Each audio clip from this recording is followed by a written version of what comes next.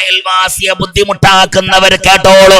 ഇനി അവരെ ധിക്കരിക്കുന്നവരുണ്ടല്ലോ, അവരെ മുമ്പിൽ ആളായി നടക്കുന്നവരുണ്ടല്ലോ, അവരെ കാണുമ്പം കാർക്കിച്ചു തുപ്പുന്നവരുണ്ടല്ലോ, അവരെ കാണുമ്പോ കാലും കയറ്റി വച്ചിരിക്കുന്നവരുണ്ടല്ലോ, അവരെ കാണുമ്പോ അസഭ്യം പറയുന്നവരുണ്ടല്ലോ, അവരെ കാണുമ്പോ ചീത്ത വിളിക്കുന്നവരുണ്ടല്ലോ, അവരെ ഇടങ്ങേറാക്കുന്ന ആളുകളുണ്ടല്ലോ. കേട്ടോളൂ സഹോദര, ഒരു പക്ഷേ 10-60 കൊല്ലമേ നീ ഭൂമിയിൽ ജീവിക്കൂ, അതല്ലെങ്കിൽ ഏറി വന്നാൽ 70 വയസ്സ് വരെ ജീവിക്കാം, അതുമല്ലെങ്കിൽ ഏറിപ്പോയ ഒരു 100 കൊല്ലം ജീവിക്കുമായിരിക്കും. ആ 100 കൊല്ലം കഴിഞ്ഞാ പോയി േണ്ടത് ഖബറിലല്ലയോ?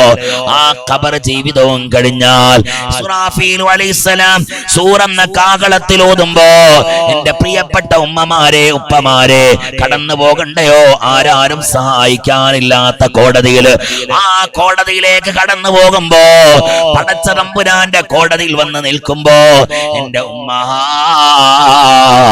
അഹങ്കാരത്തോടെ പെരുമാറുന്ന ആളുകളെ അല്ലാഹുവിന്റെ ഹബീബായ നബി തങ്ങൾ പറയുകയാണ്, അല്ലാഹു നിങ്ങളെ മുഖത്തേക്ക് നോക്കുക പോലും ഇല്ല. വലാ യൻദുറുല്ലാഹു ഇലൈഹിം വലാ യുസക്കീഹിം വലഹും അദാബുൻ അലീം. അല്ലാഹു അവരെ മുഖത്തേക്ക് നോക്കുകയില്ല, അല്ലാഹു അവരോട് സംസാരിക്കുകയില്ല, അല്ലാഹു അവരുടെ ജീവിതത്തിൽ വന്നുപോയ പാപങ്ങളുണ്ടല്ലോ പടച്ച തമ്പുരാൻ പുറത്തു കൊടുക്കുകയും ഇല്ല. അവരാകെ നിരാശന്മാരായി. എന്നിട്ട് അവരോട് പറയുന്നതാണ്, പടച്ചവനെ ഇതായി കാണുന്നത് റബ്ബേ ഞങ്ങളുടെ നിസ്കാരമാണ് അല്ലാഹുവേ. അല്ലാഹു പറയും, പോടാ അവിടുന്ന് പോടാ. ഭൂമി ലോകത്തിൽ അഹങ്കാരത്തോടുകൂടെ നടന്ന മനുഷ്യ, നിന്നെപ്പറ്റി നബി തങ്ങൾ പറഞ്ഞ വാക്കെന്താണ്? നീ മുഅ്മിനല്ല എന്നല്ലയോ? നിന്റെ സഹോദരന്മാരിന്റെ നാവിൽ നിന്ന് രക്ഷപ്പെട്ടിട്ടില്ല. അവരെ പറ്റി നബി തങ്ങൾ പറഞ്ഞതെന്താണ്? നീ മുസ്ലിം അല്ല എന്നല്ലയോ? എന്തിനാടാ നിന്റെ നിസ്കാരവുമായിട്ട് എന്റെ മുമ്പിലേക്ക് വന്നത്? എന്തിനാടാ നിന്റെ നോമ്പുമായിട്ട് എന്റെ മുമ്പിലേക്ക് വന്നത്? എന്തിനാടാ ഹജ്ജുമായിട്ട് എന്റെ മുമ്പിലേക്ക് വന്നത്? എന്തിനാടാ ദിക്റുമായിട്ട് എന്റെ മുമ്പിലേക്ക് വന്നത്? എന്റെ മുമ്പിൽ നിന്ന് പൊയ്ക്കോ എന്ന് പറഞ്ഞുകൊണ്ട് ആട്ടി വിടുമ്പോ അല്ലാഹു സുബ്ഹാനഹു വ തആല കൊണ്ടുപോയി തള്ളുന്നത് എവിടേക്കെന്നറിയോ? കത്തിയാളെന്ന നരകലോകമുണ്ടല്ലോ, ആ നരകലോകത്തിലേക്ക് വലിച്ചെറിയുകയാണ്. ആ നരകലോകത്തിലേക്ക് വലിച്ചെറിയുമ്പോ അവരെങ്ങോട്ടാ പോകുന്നതെന്നറിയോ? ഭൂമി ലോകത്തിൽ അഹങ്കാരത്തോടുകൂടെ നടന്ന ആണിക്കാരനായ ഫിർഔൻ വഫിർഔന ദിൽ ഔതാദ്. ഫജ്ർ സൂറത്തിൽ അല്ലാഹു സുബ്ഹാനഹു വ തആല ഫിർഔൻ അവനെ സംബന്ധിച്ച് പറഞ്ഞ വാക്യതാണ്, കേട്ടോളണേ. വഫിർഔന ദിൽ ഔതാദ്, ആണിക്കാരനായ ഫിർഔൻ. കർണാടകക്കാർക്ക് ആണി എന്ന് പറഞ്ഞാ തിരിയൂലേ? ആണി എന്ന് പറഞ്ഞാ തിരിയൂലേ? തിരിയുമെന്നാണ് എനിക്ക് തോന്നുന്നത്. വഫിർഔന ദിൽ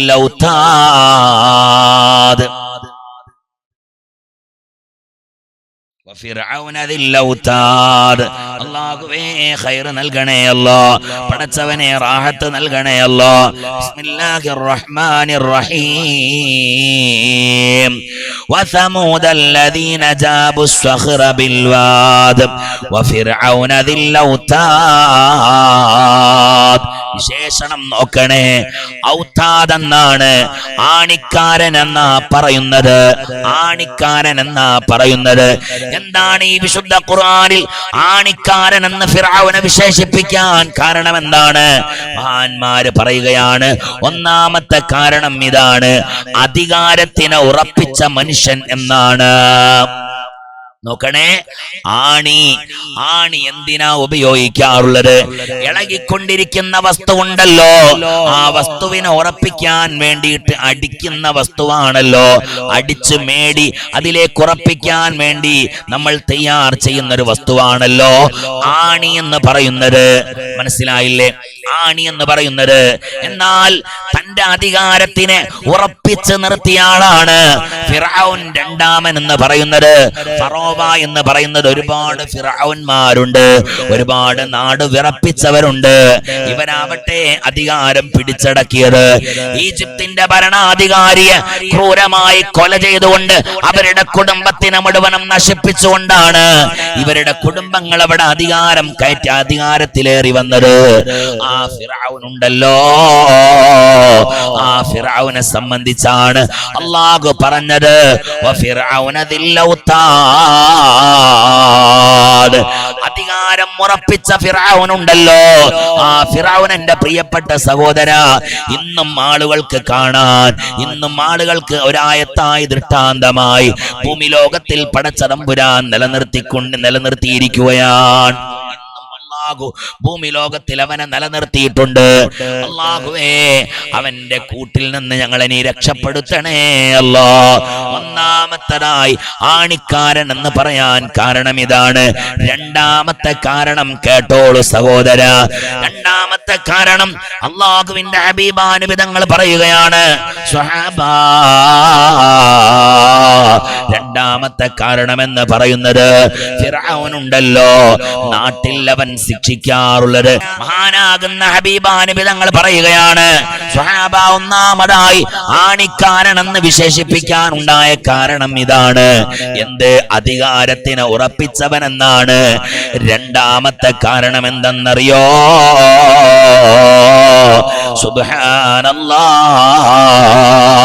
ഫിറഔന്റെ ഭരണസ്ഥലത്തില്, ഫിറഔന്റെ കൊട്ടാരത്തിന്റെ മുമ്പില്, ചുട്ടുപൊള്ളുന്ന മണലാരണ്യത്തിന്റെ നടുവില് ഒരു വല്ലാത്തൊരു മരത്തിനെ നാട്ടിവെച്ചിട്ടുണ്ട്, ഒരു മരം നാട്ടിയിട്ടുണ്ട്. എന്നിട്ടോ ആ മരത്തിന്റെ അരികിലേക്കതാ ആ നാട്ടിൽ, അതായത് ഫിറഔനെ ആരെങ്കിലും ആക്രമിച്ചു കഴിഞ്ഞാ, മൂസാ നബിയിൽ ഞാൻ വിശ്വസിച്ചു എന്നാരെങ്കിലും പറഞ്ഞ, അല്ലാഹു അഹദെന്ന് പറഞ്ഞാൽ, അല്ലാഹു അഹദെന്ന് പറഞ്ഞാൽ, എനിക്ക് അല്ലാഹ് മതി എന്ന് പറഞ്ഞാൽ, ആ ആളുകളെ മുഴുവനും ഫിറഔനതാ വിളിച്ചുകൊണ്ടുവരികയാണ്, ഫിറഔന്റെ പട്ടാളങ്ങൾ കൂട്ടിക്കൊണ്ടുവരികയാണ്. എന്നിട്ട് സുബ്ഹാനല്ലാഹ്, ഈ നാട്ടിയ മരമുണ്ടല്ലോ, ആ മരത്തിന്റെ മുകളിലേക്കതാ ഇവനെ പിടിച്ചു കയറ്റുകയാണ്. എന്നിട്ട് ആ മരത്തിന് ഇങ്ങനെ ഒരു കുരിശിന്റെ രീതിയാണ്. എന്നിട്ട് അതിന്റെ മുകളിലേക്ക് ഇവനെ നിർത്തിയിട്ടതാ സുബ്ഹാനല്ലാഹ്, ആ മരത്തിന്റെ മുകളില്, ആ മരത്തിന്റെ മുകളിൽ ഇവന്റെ രണ്ട് കൈയുണ്ടല്ലോ, ആ രണ്ട് കൈകളിലും രണ്ടാണികൾ അതാ തറയ്ക്കുകയാണ്, രണ്ട് കാലുകളിലും ആണികൾ തറയ്ക്കുകയാണ്. എന്നിട്ട് ഇവൻ ഇങ്ങനെ അട്ടഹസിച്ച് കരയുമ്പോ ആ കരയുന്ന കരച്ചിൽ കേട്ടുകൊണ്ട് ആസ്വദിച്ച് പൊട്ടിച്ചിരിക്കുന്നയാളാ ഫിറഔന ദിൽ ഔതാദ്. അയൽവാസിയെ ബുദ്ധിമുട്ടാക്കുന്നവർ കേട്ടോളൂ, കുടുംബത്തിനോട് അനീതി കാണിക്കുന്നവർ കേട്ടോളൂ, നാട്ടിൽ ഫിത്നയും ഫസാദുമായിട്ട് നടക്കുന്നവർ കേട്ടോളൂ, നാട്ടിൽ തിരുപ്പുമായിട്ട് നടക്കുന്നവർ കേട്ടോളൂ. വഫിറഔന ദിൽ ഔതാദ്. അതാണ് ആണിക്കാരനായ ഫിറഔന്റെ രണ്ടാമത്തെ ഒരു രീതി. മനസ്സിലായില്ലേ? അല്ലാഹുവേ കാക്കണേ റബ്ബേ. ഭൂമി ലോകത്തിൽ അഹങ്കരിച്ച് നടക്കുന്നവര്, അഹങ്കാരത്തോടുകൂടെ മറ്റുള്ളവന്റെ മുഖത്തിൽ കാർക്കിച്ചു തൊപ്പുന്നവര്, നഊദുബില്ലാഹ്, അവര് കടക്കുന്ന വാസസ്ഥലമാണ് നരകലോകം. അവർക്കുള്ള കൂട്ടുകാരനോ ഫിറഔൻ. അതാണ് നബി തങ്ങൾ പറഞ്ഞത്, ഒരു അണുമണി തൂക്കം അഹങ്കാരം ഒരു മനുഷ്യന്റെ കൽബിലുണ്ടായ അവനിക്ക് സ്വർഗം ഇല്ലേ ഇല്ല. ആഹു കാക്കട്ടെ. ഉറക്കാമീൻ പറഞ്ഞ് പടച്ചോനെ കാക്കണേ അല്ലാഹ്.